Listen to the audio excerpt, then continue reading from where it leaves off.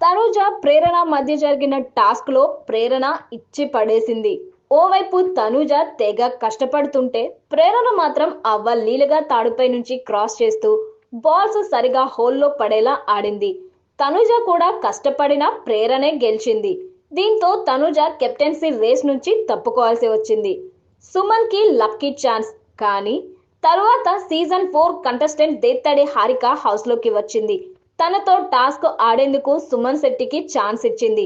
Tower నిర్మించే ఈ task లో పాపం సుమన్ శెట్టిని గెలిపించేందుకు హారిక ట్రై చేసింది. 2 సార్లు సుమన్ కి ఛాన్స్ కూడా ఇచ్చింది. కానీ సుమన్ శెట్టి కంగారుతో టాస్క్ లో ఓడిపోయాడు.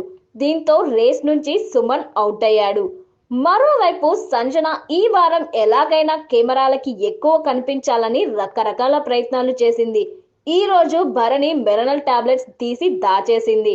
నేను పెద్దగా కనిపించట్లేదు అన్నారు కదా, ఎలా కనిపించానో నేను చూస్తాను, నన్ను ఎంత బతిమాలినా కూడా భరణి అన్నకి ఇవి ఇవ్వను అంటూ కెమెరాలతో చెప్పింది సంజన. ధీమాన్ జెండా పాతాడయ్యా. ఎపిసోడ్ చివర్లో మానస్ నాగులపల్లి ఎంట్రీ ఇచ్చాడు.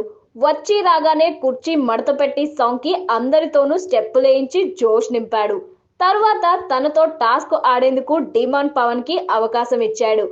నెయిల్ ఇట్ విన్ ఇట్ అనే ఈ టాస్క్ లో మానస్ పై ఆధిపత్యం చూపిస్తూ డిమాన్ ఇరగదీశాడు. మానస్ పోటీ ఇచ్చినా కూడా డిమాన్ గెలిచి కంటెండర్ గా తన జెండా పాతేశాడు.